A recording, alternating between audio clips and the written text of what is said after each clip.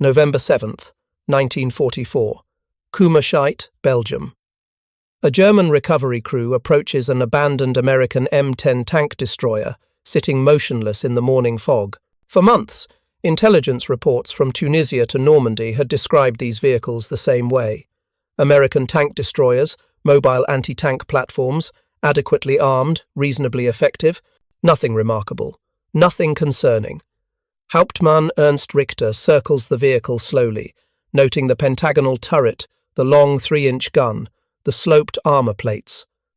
But something is wrong. The turret top is completely open to the sky, a gaping hole where German engineers would have installed protective steel plating. He peers down into the crew compartment. No overhead protection whatsoever.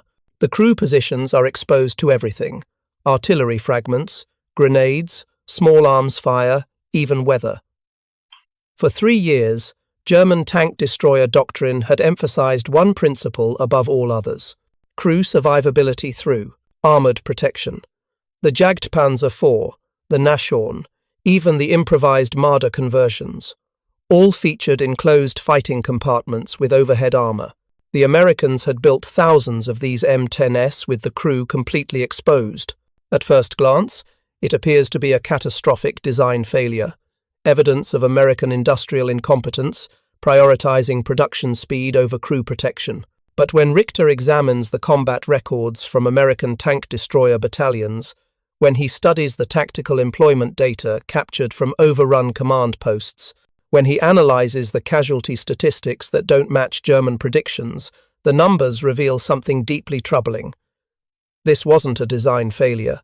This was a calculated trade-off, and it was working far better than German doctrine said it should.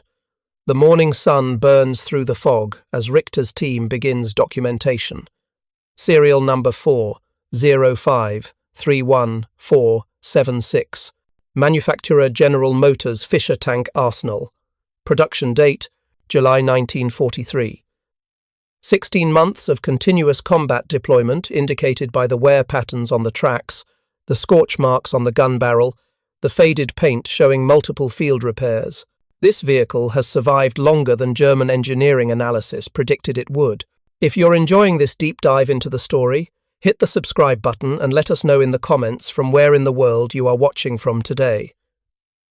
The immediate physical evidence tells an undeniable story. The open turret is not the result of material shortages or manufacturing shortcuts. The construction quality is consistent, the welds are professionally executed, the armor plates show proper heat treatment and surface finishing. This was intentional design, approved at the highest levels of American ordnance development, mass-produced across multiple factories, deployed to every theater of operation. 5,300 vehicles built to this exact specification. Richter had spent 12 years at Krupp Works designing armored fighting vehicles where every specification was debated, every design choice justified through mathematical analysis, every trade-off scrutinized by committees of engineers who believed German technical superiority would win the war through better machines. The concept of deliberately leaving the crew exposed to overhead threats violated fundamental principles of armored vehicle design. Yet here it sits, this apparently flawed machine, documented in after-action reports as having destroyed hundreds of German tanks, supported countless infantry assaults, survived engagements that should have killed the crew multiple times over. The contradiction demands explanation. Either American designers were incompetent, or German doctrine was missing something fundamental about how these vehicles actually fought. The recovery team loads the M10 onto a heavy transport trailer for movement to the testing facility outside Kassel. 3 days later, it arrives at Waffenamt Proving Ground designated WA-Proof 6, where captured enemy equipment undergoes systematic evaluation. Oberst Wilhelm Dornberger, chief of enemy vehicle analysis, walks around the M10 with the same skepticism he'd shown 2 years earlier when examining the American bazooka. That primitive tube had proven devastatingly effective despite violating every principle of German anti-tank weapon design. Dornberger orders comprehensive testing protocols, armor thickness measurements at 27 points across the vehicle, metallurgical analysis of the steel composition, Interior layout documentation showing crew positions, ammunition stowage, vision systems, escape routes, mechanical evaluation of the drivetrain, turret traverse mechanism, gun mounting, everything measured, everything photographed, everything documented according to the systematic German methodology that had evaluated thousands of enemy weapons since the war began. By November 12th, the physical measurements are complete. The frontal hull armor measures 38 mm at 55 degrees from vertical, providing protection equivalent to approximately 67 mm of perpendicular plate. The side armor measures 19 mm at 38 degrees. The rear armor, 19 mm vertical. The turret armor ranges from 25 to 57 mm depending on location. Adequate protection against small arms and shell fragments, insufficient against dedicated anti-tank weapons. But the turret top, that massive opening measuring 140 centimeters by 95 centimeters, provides zero protection against overhead threats. German artillery doctrine emphasized indirect fire, high-angle trajectories designed to defeat armor by attacking vehicles from above where protection was weakest.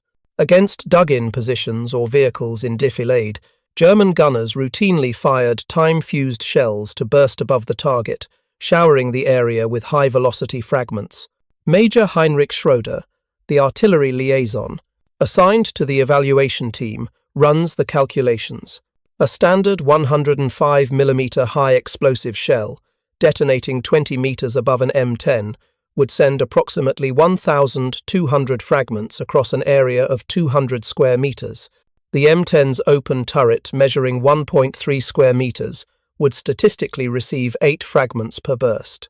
Fragment velocities range from 800 to 1,500 meters per second, depending on distance from detonation point. The crew has no protection. The commander standing in the turret right rear, the gunner on the left side of the gun, the loader behind the breech, all fully exposed to overhead fragmentation. A single well-placed airburst should kill or incapacitate the entire turret crew instantly. Doctrine says this vehicle should have catastrophic casualty rates when operating under artillery fire. Yet, the captured American tactical manuals describe M10s routinely operating in artillery-saturated environments. The after-action reports from Tunisia, Sicily, Italy, France, all document tank destroyer battalions advancing through German defensive positions where artillery fire was the primary threat, not direct tank engagement. The 601st Tank Destroyer Battalion reported 155 enemy vehicles destroyed across 3 theatres of operation. The 702nd claimed 103 enemy vehicles knocked out. The 773rd Tank Destroyer Battalion, 113 confirmed kills. These units fought for months in artillery-heavy combat zones. If the open turret was catastrophically vulnerable, the casualty statistics should reflect that. Schroeder requests personnel casualty data from intelligence sources. 2 weeks later, the reports arrive. American tank destroyer casualties show interesting patterns.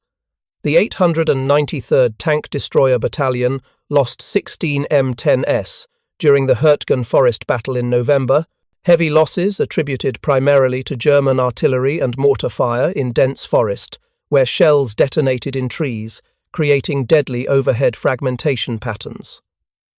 But analysis of the loss circumstances reveals something unexpected. The vehicles were destroyed by artillery fire, yes, but many crews survived to be captured or to escape. Crews who should have died instantly from overhead fragmentation instead had time to abandon disabled vehicles. The open turret, rather than trapping men inside a burning hull, allowed immediate evacuation through the large opening. Crews could exit in seconds rather than struggling through narrow hatches while under fire. German tank destroyers like the Jagdpanzer IV featured completely enclosed fighting compartments with overhead armor, providing excellent fragmentation protection. But the crew accessed the interior through 2 small hatches, one in the hull roof, one in the rear plate. Under combat conditions, with the vehicle burning or damaged, evacuation time averaged 12 to 18 seconds per crew member. 5 men exiting through 2 hatches meant casualties often occurred during the evacuation itself. men trapped inside while ammunition cooked off or fuel fires spread through the fighting compartment. The M10's open turret meant the gunner, loader, and commander could exit simultaneously by simply climbing over the turret sides. Evacuation time measured less than 5 seconds for the entire crew. Dozens of after-action reports documented M10 crews escaping from vehicles struck by anti-tank rounds or disabled by mines, men who would have died in enclosed German vehicles, but survived because the lack of overhead protection became an advantage under those specific circumstances. Richter compiles the data into preliminary findings. The American design trade-off was deliberate and calculated. Accept vulnerability to overhead fragmentation in exchange for superior crew visibility, faster evacuation, simplified production, and reduced vehicle weight. The Germans had prioritized protection and paid for it with complexity, manufacturing difficulty, and trapped crews in burning vehicles. The Americans had prioritized crew survivability through escape rather than through armor, and in many combat scenarios, that choice was proving equally effective. December 3, 1944, the evaluation team conducts mobility trials on the captured M10. The vehicle weighs 29,937 kilograms combat loaded, powered by a General Motors twin diesel engine producing 375 horsepower. Top speed on hard surface roads reaches 48 kilometers per hour. Cross-country performance proves adequate but not exceptional, given the relatively high weight for the power available. But the weight comparison reveals the true cost of the open turret design. A Jagdpanzer IV weighs 25,800 kilograms with comparable frontal armor protection and a 75mm gun. But the Jagdpanzer has severely limited traverse, no more than 10 degrees left or right from centerline. The M10's turret provides full 360-degree rotation, allowing the vehicle to engage targets in any direction without repositioning the entire hull. The turret traverse mechanism is entirely manual, cranked by hand through a reduction gear system. It takes approximately 80 seconds to rotate the turret 180 degrees at maximum cranking speed. German-powered turret systems complete the same rotation in 12 to 15 seconds. The American design appears grossly inferior by this metric, but the manual system weighs 180 kilograms less than a comparable hydraulic system, requires zero maintenance beyond occasional lubrication, cannot fail due to hydraulic leaks or pump failures, and operates silently without revealing the vehicle's position through mechanical noise. Field reports indicate American crews rarely needed rapid 180-degree turret rotation in actual combat. Tank destroyer doctrine emphasized ambush tactics, pre-positioned guns engaging at maximum range, then displacing before German forces could respond. The slow manual traverse was adequate for this employment method. The weight savings and mechanical simplicity provided tangible advantages that rapid traverse could not overcome. Interior layout inspection reveals the human factors, engineering that German designers had missed. The M10 crew compartment measures 8 feet long, 6.5 feet wide, 5.5 feet tall at the turret ring. 5 men work in this space: driver and assistant driver in the hull, commander, gunner, and loader in the turret. The open top means standing headroom is unlimited. German enclosed fighting compartments, by contrast, force crews to work in confined spaces where fatigue accumulates rapidly during extended operations. American tankers reported that the open turret improved crew efficiency by providing better ventilation, reducing cordite gas buildup after firing, allowing natural light for map reading and maintenance work, and enabling direct verbal communication with supporting infantry without using the external telephone system. These factors, dismissed as trivial by German engineering doctrine, contributed to sustained combat effectiveness over multi-day operations where crew fatigue became a critical limiting factor. The vision systems provided another advantage German designers had not anticipated. The M10 commander's position features 360-degree unobstructed vision over the turret sides. He can scan the entire battlefield without relying on periscopes or vision blocks that limit field of view and require constant head movement to maintain situational awareness. The gunner has a standard M70F telescopic sight for engaging targets, but can also raise his head to acquire targets directly through the open turret. German tank destroyer crews worked through periscopes and vision blocks that provided narrow fields of view with optical distortion and limited peripheral awareness. Target acquisition time averaged 8 to 12 seconds from initial detection to positive identification and range estimation. The M10 commander could acquire and identify targets in 3 to 5 seconds through direct observation, in meeting engagements where seconds determined who fired first. This advantage proved decisive. Ammunition stowage inspection reveals another calculated design choice. The M10 carries 54 rounds of 3-inch ammunition, stored in hull racks along the sides of the fighting compartment. The rounds sit exposed in simple metal brackets, easily accessed by the loader but vulnerable to damage if the vehicle is penetrated. German vehicles used wet stowage systems with ammunition bins surrounded by water jackets to prevent ammunition fires after penetration. But the American system allows the loader to grab rounds without opening protective covers or draining water jackets. Sustained rate of fire trials show the M10 can maintain 8 rounds per minute for extended periods, compared to 5 rounds per minute for comparable German vehicles, where ammunition access is deliberately restricted to enhance protection. The Americans accepted vulnerability in exchange for firepower, betting that faster shooting would prevent hits more effectively than protected ammunition would survive hits. By mid-December, the testing data forms a comprehensive picture. The M10 is not a flawed design. It is a different design optimized for different priorities than German doctrine emphasized. American tank destroyer development focused on producing large numbers of adequate vehicles that could be manufactured quickly, maintained easily, and operated by crews with minimal training.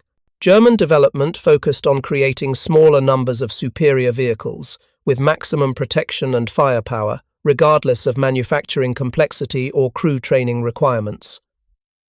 Neither approach was inherently correct. Both represented valid responses to different strategic circumstances. Germany faced material shortages and declining industrial capacity, necessitating vehicles that maximized individual effectiveness. America enjoyed industrial abundance and expanding production capability, allowing vehicles that maximized battlefield numbers through simplified design. The evaluation team documents one specific engagement that captures the fundamental difference in design philosophy. November 23, 1944, near Aachen, elements of the 702nd Tank Destroyer Battalion engaged a Jagdpanzer IV at 800 meters range. The German vehicle fired first, achieving a partial penetration of the M10's frontal hull that killed the driver, but failed to disable the vehicle. The M10 returned fire, striking the Jagdpanzer in the superstructure. The German crew, trapped in the enclosed fighting compartment with the vehicle filling with smoke and disabled by transmission damage, could not evacuate quickly enough before ammunition fire killed 3 of 4 crew members. The surviving M10 crew, exposed in their open turret, saw the hit and immediately abandoned their damaged vehicle through the large turret opening. All surviving crew members escaped without additional casualties. The Jagdpanzer's superior armor protection saved the vehicle temporarily, but killed the crew. The M10's inferior armor protection allowed crew survival through rapid escape. German doctrine had no framework for evaluating this trade-off because German engineering philosophy assumed protection always trumped other factors. The American approach, accepting vulnerability in exchange for other tactical advantages, represented a paradigm shift that German analysis struggled to comprehend, not because the Germans couldn't understand the trade-off intellectually, but because accepting it meant admitting that superior engineering alone couldn't guarantee victory. January 5, 1945. Richter submits his final evaluation report to Waffenamt headquarters. The conclusions are carefully worded to avoid direct criticism of German design philosophy while acknowledging the uncomfortable reality the data revealed. The M10 represents effective design optimization for American operational requirements. Crew vulnerability to overhead fire is partially offset by superior situational awareness, rapid evacuation capability, and simplified production enabling numerical superiority. German enclosed fighting compartments provide better protection, but reduce crew effectiveness through limited visibility, confined working conditions, and restricted emergency egress. The report includes specific recommendations. Future German tank destroyer designs should incorporate larger hatches for crew evacuation, improved vision systems for target acquisition, and simplified mechanical systems for enhanced reliability. These recommendations, based on objective analysis of enemy equipment, acknowledge that American engineers had identified valid trade-offs that German doctrine had ignored. But the recommendations go nowhere. By January 1945, Germany lacks the industrial capacity to implement new designs. Existing production lines continue manufacturing Jagdpanzers and other enclosed vehicles according to specifications established years earlier, when German engineering superiority was assumed rather than questioned. The lessons learned from the M10 evaluation cannot be applied because the strategic situation no longer allows time for design changes. March 1, 1945. American M10s advanced through Germany, alongside M4 Sherman tanks and M18 Hellcat tank destroyers. German defenders, now fighting defensive battles rather than armored offensives, find themselves increasingly vulnerable to American tank destroyer battalions that operate with devastating effectiveness. The 893rd Tank Destroyer Battalion, rebuilt after its losses in Hürtgen Forest, destroys 11 German armoured vehicles in 3 days during the Rhine crossing operations. The crews fight from their open turrets, exposed to overhead fire, vulnerable to artillery fragments, accepting risks that German doctrine said should be unacceptable. But they survive by fighting differently, using mobility instead of armour, situational awareness instead of protection, rapid displacement instead of staying to absorb counterfire. The American tactical doctrine and vehicle design work together as an integrated system where each element compensates for the other's weaknesses. German tank destroyer crews, fighting from enclosed vehicles designed for maximum protection, find themselves trapped in defensive positions where their superior armour cannot compensate for inferior numbers, limited mobility, and crews exhausted by confined working conditions during extended operations. The vehicles German engineering created to be superior are losing to American vehicles that German analysis said were inferior. The final accounting arrives with the war's end. American factories produced 6,400 M10 tank destroyers between September 1942 and December 1943. Production then shifted to the more heavily armed M36 variant, but the M10 remained in frontline service until May 1945. German production of comparable Jagdpanzer variants totaled approximately 3,700 vehicles across multiple models from 1943 to 1945. American numerical superiority, enabled by simplified designs that prioritized production volume over individual vehicle optimization, overwhelmed German technical sophistication that produced excellent vehicles in insufficient quantities. The M10's open turret, initially identified by German engineers as a critical vulnerability, proved to be an acceptable trade-off within the larger context of American industrial and tactical systems. Richter's evaluation report, filed in January and forgotten by March, resurfaces in May 1945 when American intelligence teams capture German technical archives. The Americans find the analysis insightful but somewhat puzzling. German engineers had correctly identified all the M10's design trade-offs, but struggled to accept that American designers had deliberately chosen vulnerability in exchange for other advantages. The American perspective was simpler and more pragmatic. Build a vehicle that works adequately, produce it in overwhelming numbers, crew it with trained soldiers, support it with combined arms tactics, and accept that some crews will die from overhead fire because the overall system effectiveness outweighs individual vehicle vulnerabilities. German engineering excellence sought perfection. American industrial philosophy sought sufficiency at scale. The M10 served in combat for 32 months, fought in every theatre where American tank destroyer battalions operated, destroyed thousands of enemy vehicles, supported countless infantry operations, and maintained mechanical reliability throughout extended deployments. The crews who fought from those open turrets faced dangers German doctrine said should have been fatal. Many died from artillery fragments and overhead fire. Many more survived because the vehicle's design allowed rapid escape when hit. The final lesson was never formally stated in Richter's report, but was evident in the data he compiled. Superior engineering means nothing if you cannot produce enough vehicles to fight. Better protection means nothing if crews are trapped inside burning hulls. Technical sophistication means nothing if the strategic situation doesn't allow time to exploit it. The M10 wasn't perfect. It was adequate at scale.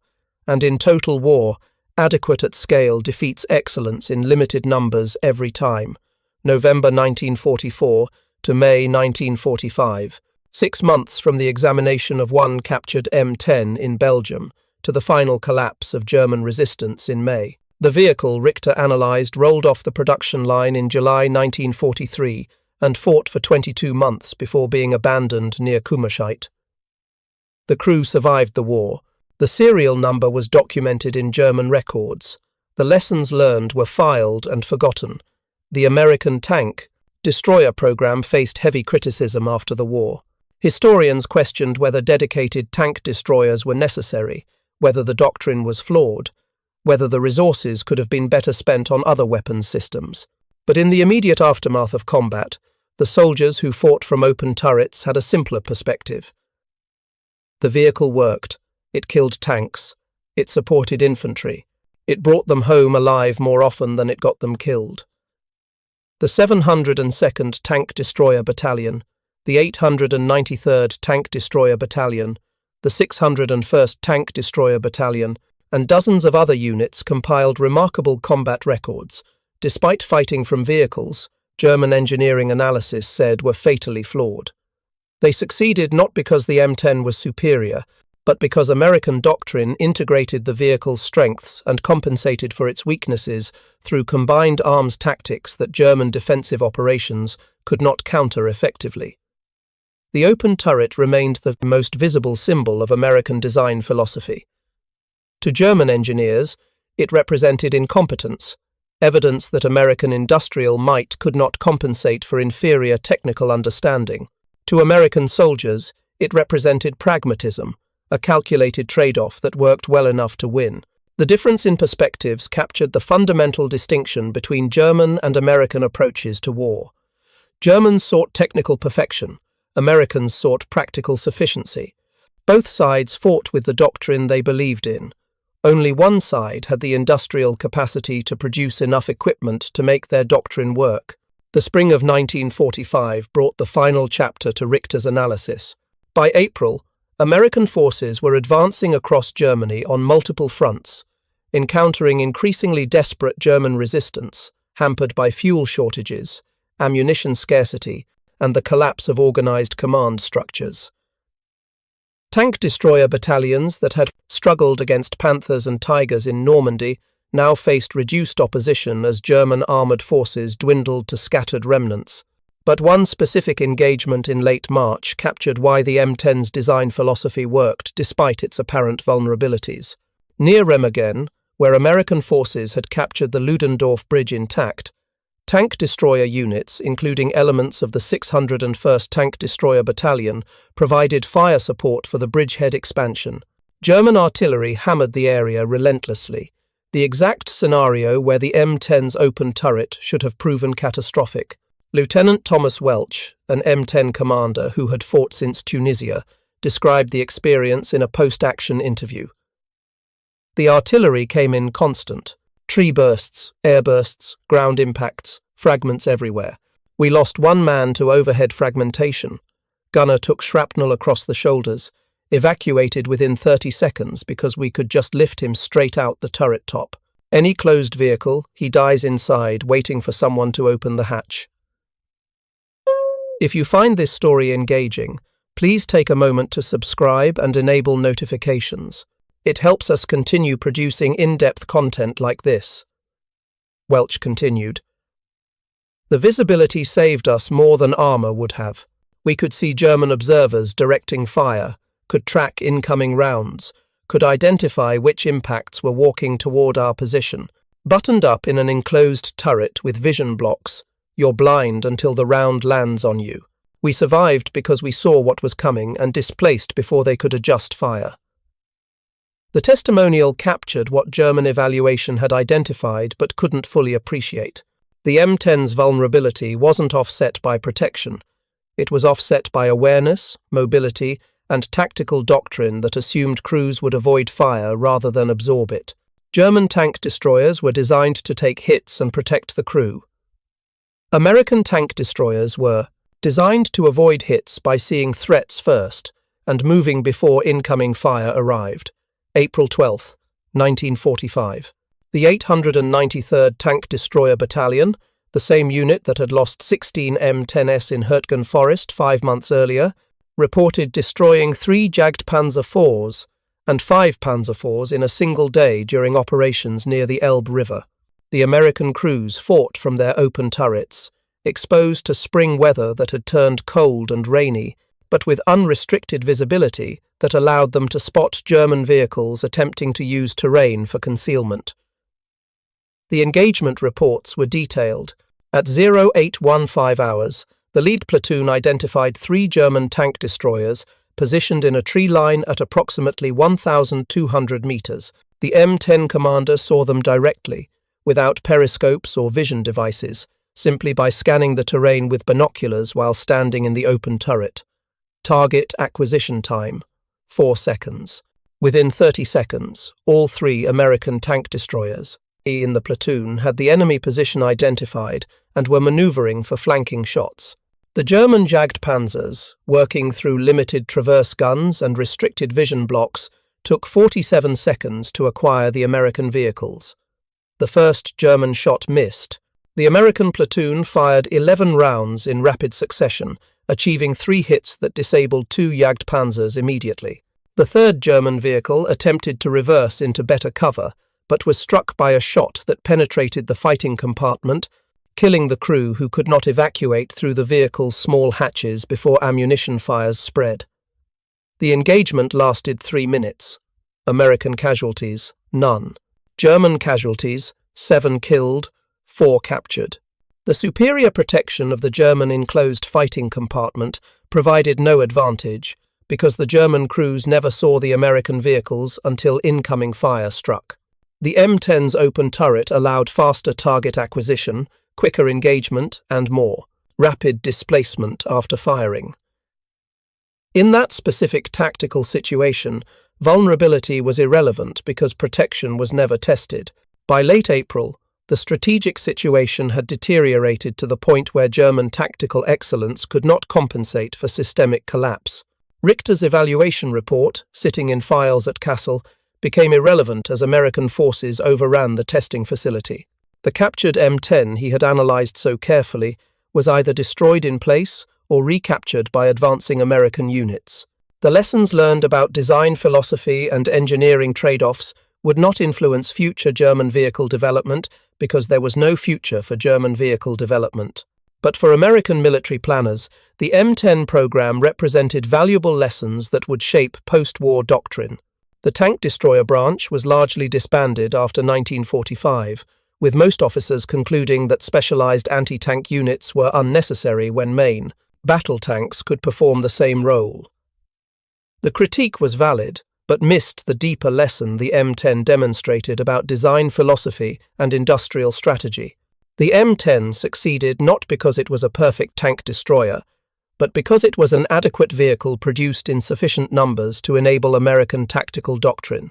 The design trade-offs that German engineers identified as vulnerabilities were actually calculated choices that prioritized production volume, crew effectiveness, and tactical flexibility over maximum protection and technical sophistication. The open turret was the most visible symbol of this philosophy, but not the only example. Across the American arsenal, similar trade-offs appeared.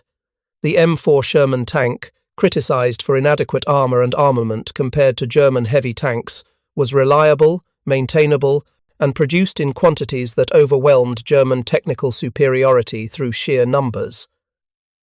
The M1 Garand rifle, less accurate than German weapons at long range but semi-automatic, while German infantry still used bolt-action rifles. The M2 Browning machine gun, heavy and complex but devastatingly effective and produced by the hundreds of thousands. American industrial philosophy embraced sufficiency at scale rather than perfection in limited numbers. German engineering culture, trained for generations to value technical excellence above all other considerations, struggled to compete against an adversary who defined success differently. The M10 was a mediocre tank destroyer by German standards. By American standards, it was exactly what the doctrine required, nothing more, nothing less. May 8, 1945. The war in Europe ends. Tank destroyer battalions across Germany cease combat operations, begin processing, surrendering German forces, and start the administrative tasks of occupation. The 893rd Tank Destroyer Battalion, which began the war with M3 half-tracks mounting 75mm guns and evolved through M10S and eventually M36S, had fought for 33 months across 4 countries, participated in every major campaign from Normandy to the Elbe, and claimed 147 enemy vehicles destroyed. The battalion's M10S, those maligned vehicles with their exposed crews and inadequate protection, had performed adequately throughout. Crew casualties were higher than in fully enclosed vehicles, particularly during artillery-intensive operations like Hürtgen Forest. But crew survivability when vehicles were hit proved better than in German enclosed designs. Battlefield effectiveness, measured by enemy vehicles destroyed per friendly vehicle lost, exceeded doctrinal predictions. Mechanical reliability remained high throughout extended operations. Lieutenant Colonel Kurlin, battalion commander, wrote in his final after-action report, "The M10 performed its assigned role satisfactorily. Crew complaints centered on manual turret traverse and open turret vulnerability to weather rather than enemy fire." Given the choice between the M10 and supposedly superior vehicles with enclosed fighting compartments, most crews preferred the M10 for visibility and escape advantages. The soldier's perspective validated what German engineering analysis had struggled to accept. The design trade-offs worked in practice despite violating theoretical principles. Crews adapted their tactics to compensate for vulnerabilities, exploited advantages that specifications didn't capture, and survived because the overall system, vehicle plus doctrine plus training plus numerical superiority, functioned effectively enough to win. Richter's evaluation report was captured by American intelligence teams in June 1945 when they processed German technical archives at Kassel. The analysis impressed American engineers for its thoroughness and objectivity. Richter had correctly identified every design trade-off, accurately assessed the tactical implications, and honestly acknowledged that American design philosophy achieved effective results through methods German doctrine considered unacceptable. But reading the report, American engineers noticed something German analysis had missed. Richter had evaluated the M10 as an isolated vehicle, analyzing its design characteristics and comparing them to German equivalents. He had not fully grasped that the M10 existed within an integrated system where vehicle capabilities, tactical doctrine, crew training, and industrial production capacity all reinforced each other. The open turret was not a flaw to be compensated for through other design features. It was a deliberate choice that enabled faster production, simplified crew training, improved battlefield awareness, and aligned with tactical doctrine emphasizing mobility over protection. Removing the overhead armor wasn't a compromise. It was optimization for different priorities than German engineers valued. This systemic perspective explained why German technical superiority failed, to prevent defeat. Superior individual vehicles meant nothing when the enemy could produce 5 adequate vehicles for every 1 excellent vehicle you built. Better armor protection meant nothing when tactical doctrine emphasized avoiding fire rather than absorbing it. Technical sophistication meant nothing when industrial capacity couldn't produce enough sophisticated vehicles to matter strategically. The M10 embodied American industrial philosophy at its most fundamental level. Build something good enough. Build lots of it. Trust your soldiers to use it effectively. Accept that some will fail, but most will succeed, and overwhelm the enemy through systematic application of adequate resources, rather than brilliant employment of limited resources. It was the opposite of German engineering culture, and it worked. The irony was that German engineers understood this intellectually, but could not accept it emotionally. Richter's report acknowledged American design effectiveness while still treating the open turret as a regrettable deficiency rather than a deliberate advantage.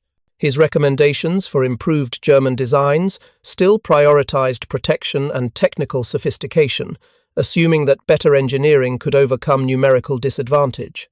But by 1945, the question was moot. Germany had lost the industrial war years before the military war ended. No amount of superior vehicle design could compensate for factories destroyed by strategic bombing, material shortages caused by losing resource-rich territories, and production capacity overwhelmed by fighting on multiple fronts simultaneously. The M10, that adequate vehicle with its exposed crew and mediocre protection, represented a weapon system Germany could never defeat, because defeating it required matching American industrial capacity, and that was impossible. The post-war assessment of the M10 program remained contentious for decades.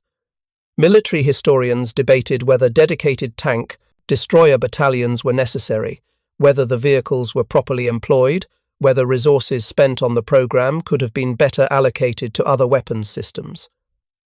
The critique had merit. Tank destroyers never fought in the mass defensive battles that justified their creation. Tactical employment evolved toward infantry support rather than pure anti-tank operations. The doctrine was arguably obsolete before the first vehicles reached combat, but judging the M10 by doctrinal purity missed the point. The vehicle worked. It killed tanks. It supported infantry. It survived long enough to matter. Whether it was the optimal solution was irrelevant. It was a sufficient solution, produced in adequate numbers, employed by trained crews, and integrated into combined arms operations that won the war. By that standard, which is ultimately the only standard that matters in total war, the M10 succeeded. The open turret remained the most visible and controversial design feature. German engineers saw it as incompetence. American soldiers saw it as acceptable risk. Military historians saw it as evidence of design compromises forced by production priorities. All perspectives contained truth. The open turret was simultaneously a vulnerability, an advantage, and a trade-off, depending on tactical circumstances and evaluation criteria. In Hürtgen Forest, where artillery dominated and the forest canopy multiplied overhead fragmentation, the open turret was deadly. 16 M10s lost, heavy crew casualties, tactical employment questionable at best. In open terrain near Remagen, where visibility and rapid target acquisition determined engagement outcomes, the open turret was an advantage. 0 casualties, 11 enemy vehicles destroyed, doctrine validated by results. Context determined whether the design choice succeeded or failed. This conditional effectiveness captures why German evaluation struggled with American design philosophy. German engineering sought universal solutions, vehicles that performed optimally under all circumstances, designs that maximized protection and firepower, regardless of tactical situation. American engineering sought context-specific solutions, vehicles that performed adequately under expected circumstances, designs that accepted limitations in some scenarios to gain advantages in others.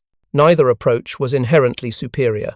Both represented rational responses to different strategic circumstances and industrial capabilities. Germany needed its vehicles to be individually excellent because it couldn't produce enough to accept failures. America could afford to accept tactical failures because strategic success came from system-level effectiveness rather than individual vehicle performance. The M10's legacy is therefore complex and contradictory. As a vehicle, it was mediocre by most technical metrics. As a weapon system integrated into American tactical doctrine and industrial capacity, it was effective enough to contribute meaningfully to victory. As a symbol of design philosophy, it represented the American approach to industrial warfare. Build adequate tools in overwhelming numbers, trust your people to use them effectively, accept imperfection in individual systems to achieve sufficiency at scale. Richter, the German engineer who analyzed the captured M10, survived the war and worked in post-war West German industry. In a 1953 interview, he reflected on his wartime evaluation work. "We understood what the Americans were doing. We saw the trade-offs. We recognized the effectiveness, but we could not build that way. Our culture, our training, our industrial tradition, all demanded excellence. The American approach felt like accepting defeat before the battle began. Only in hindsight do I understand that accepting adequate solutions when you can produce enough of them is actually a form of excellence we never learned." The M10 tank destroyer entered service in 1942 as an improvised solution to an anticipated threat. It remained in service until 1945, long after the threat it was designed to counter had evolved beyond recognition. It fought in conditions its designers never anticipated, performed roles doctrine never intended, and survived through adaptations neither American nor German engineers had predicted. The vehicle was never perfect. It was never supposed to be perfect. It was supposed to be adequate at scale, and by that measure, by the only measure that ultimately determined the war's outcome, the M10 succeeded completely. The open turret that German engineers identified as a fatal flaw proved to be an acceptable trade-off within the larger system of American military power, not because the vulnerability didn't matter, but because other factors mattered more. The final lesson emerged not from technical specifications or tactical evaluations, but from the strategic outcome. Germany built superior individual vehicles and lost. America built adequate vehicles in overwhelming numbers and won. The M10, with its exposed crew and mediocre protection, its slow manual turret and simplified production, its calculated trade-offs and systematic sufficiency, embodied the industrial philosophy that defeated German technical excellence. Not because American engineering was better, but because American industrial strategy accepted that good enough, produced in overwhelming quantity, defeats excellence produced in limited numbers, every time. The M10 proved it. The open turret symbolized it. The soldiers who fought from those exposed positions lived it. And Germany, for all its engineering genius and technical sophistication, never found an answer to it. The numbers don't lie. 6,400 M10s built, thousands of enemy vehicles destroyed, 32 months of combat service, casualty rates higher than desired but lower than predicted, tactical effectiveness adequate, strategic, contribution meaningful. The vehicle worked well enough to matter, and in total war, working well enough is the same as working perfectly if you can produce enough of them. That was the lesson Richter's evaluation identified but German doctrine couldn't accept. That was the truth the open turret represented. That was why the M10, that flawed, exposed, vulnerable, and entirely adequate tank destroyer, helped win the war while superior German vehicles could not prevent defeat. Excellence without quantity loses to sufficiency with quantity. The M10 proved it. History confirmed it. The evidence was undeniable. The war ended. The M10s were retired or transferred to Allied nations. The soldiers went home. The lessons learned were filed. And the open turret, that visible symbol of American design philosophy, remained as evidence that accepting vulnerability in pursuit of other advantages can be a valid engineering choice if the larger system compensates for individual weaknesses. German engineers learned that lesson too late to matter. American engineers had understood it from the beginning. May 1945 to the present day, 80 years since the M10 entered combat. The specific vehicle Richter analyzed was probably scrapped for metal or lost to history. The evaluation report survived in captured German archives, was translated by American intelligence, was filed and forgotten. The soldiers who fought from open turrets are mostly gone now, Their experiences documented in after-action reports and oral histories that capture what the statistics alone cannot convey. They fought from vehicles German engineering said should have killed them. Many died anyway. Many more survived. They completed their missions. They destroyed enemy vehicles. They supported their infantry. They adapted to circumstances doctrine never anticipated. They made the flawed design work through skill and courage and tactical innovation. And in doing so, they validated the design, philosophy that created the vehicle they fought from. The M10 was never great. It was good enough. And in the calculus of industrial warfare, good enough at scale is all that victory requires. The open turret proved it.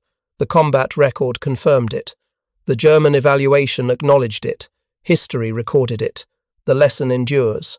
Excellence matters less than sufficiency when sufficiency can be produced in overwhelming quantity. The M10 embodied that truth. The soldiers proved it worked. The war's outcome validated it completely. Thank you for watching. For more detailed historical breakdowns, check out the other videos on your screen now, and don't forget to subscribe.